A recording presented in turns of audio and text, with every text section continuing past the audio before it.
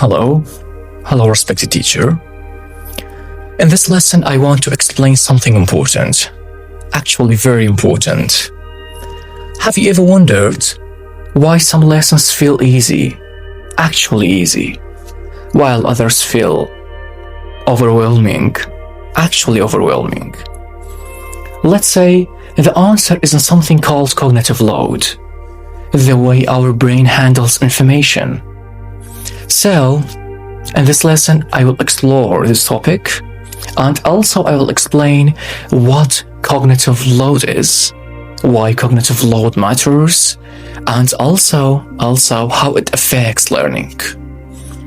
First of all, we should know what is cognitive load.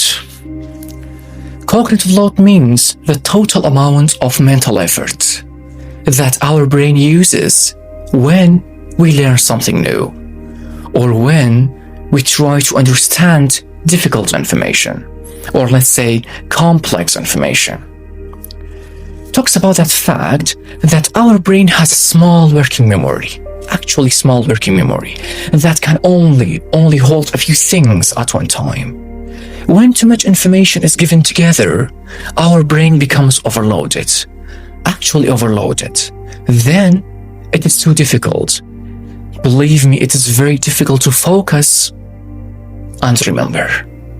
For example, if a teacher explains many grammar rules in one lesson, just in one lesson, without giving students time to practice, so their brains become overloaded. For instance, a student might hear 3 new rules about past tense, future tense, and conditionals all at once. They might understand everything in the moment, but also forget everything later. Why? The question is why? Because of the brain is full. So the idea is that the cognitive load theory helps both teachers and learners to find the right balance between both sides, between learning and thinking, between thinking and learning.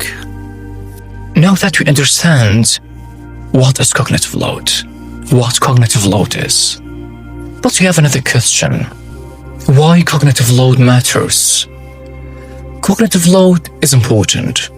Actually is important because it directly affects how well we learn. If our brain is too busy processing extra information, it cannot focus on the main idea. No. But if the information is clear, short, and well organized, so our brain can understand faster and also store it in long-term memory. For example, when learning a new word in English, if a teacher gives a simple meaning, just like happy means feeling good, and uses it in a short sentence, in a simple sentence, like I feel happy today, so the student remembers it easily.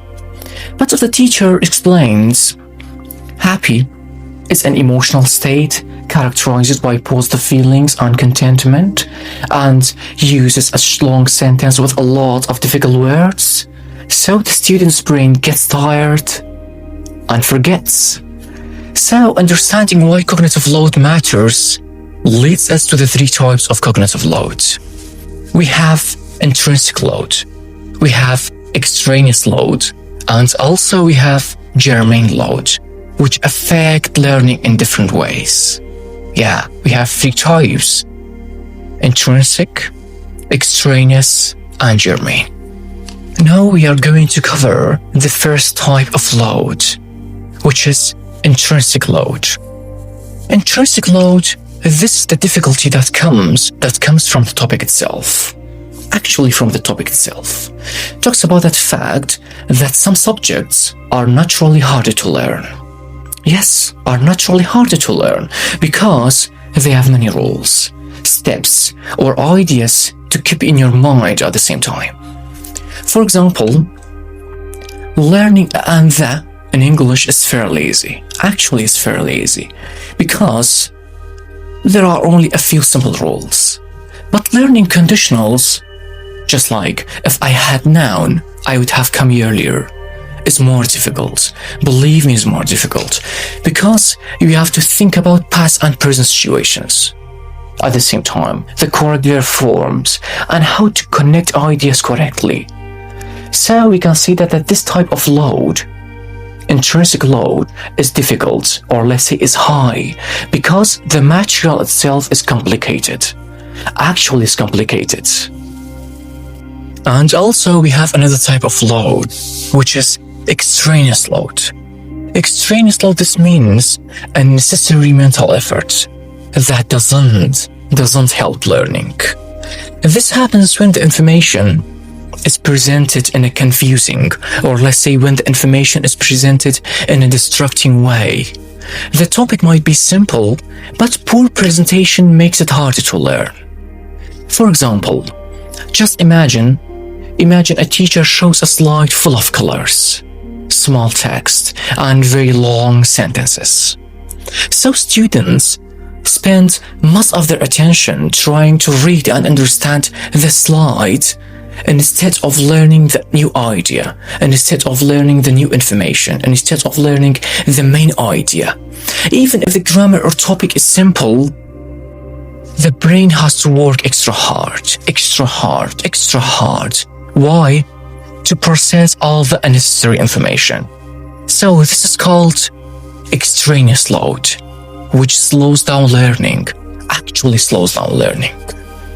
And also, we have another type of load, which is germane load. Germane load, this is the good kind of mental effort. It happens when the brain organizes and connects new information to what you already know.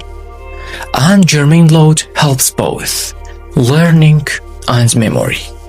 For example, a student learns a new grammar rule, like the past perfect, and connects it to something they already know, such as simple past.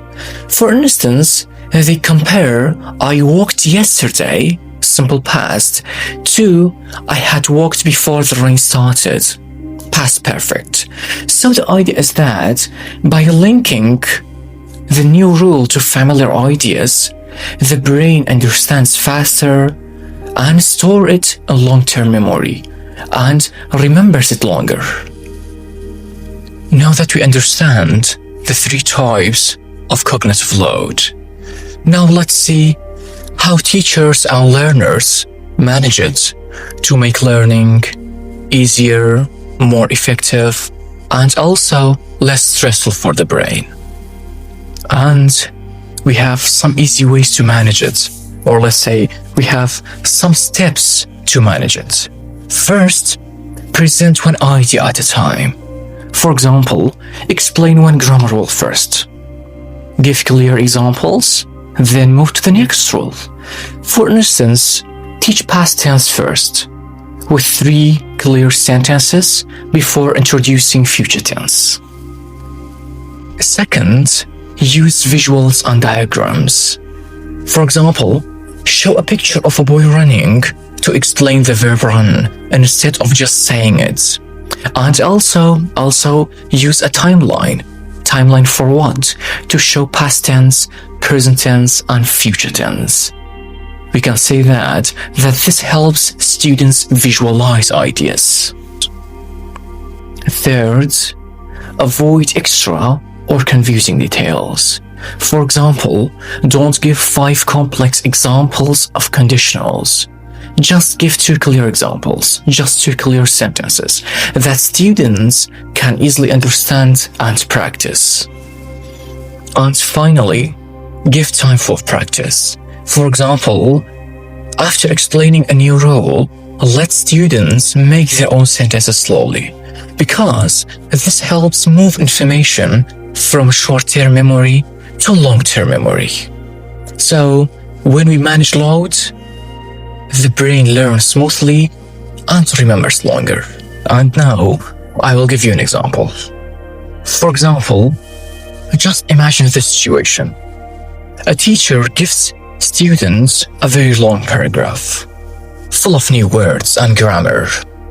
And students try to understand everything at once, but their brains become overloaded. Now imagine the teacher breaks the same paragraph into smaller parts and explain each part step by step. Of course, with pictures and diagram to show meaning. Suddenly, it is much easier to understand. So the idea is that instead of giving a paragraph with 10 new words, the teacher introduces 2 new words with sentences and pictures, then let students repeat them in sentences. So this helps students understand faster and feel confident. So this shows that when information is presented clearly and step by step, cognitive load decreases and learning improves. Thanks for you, my respected teacher.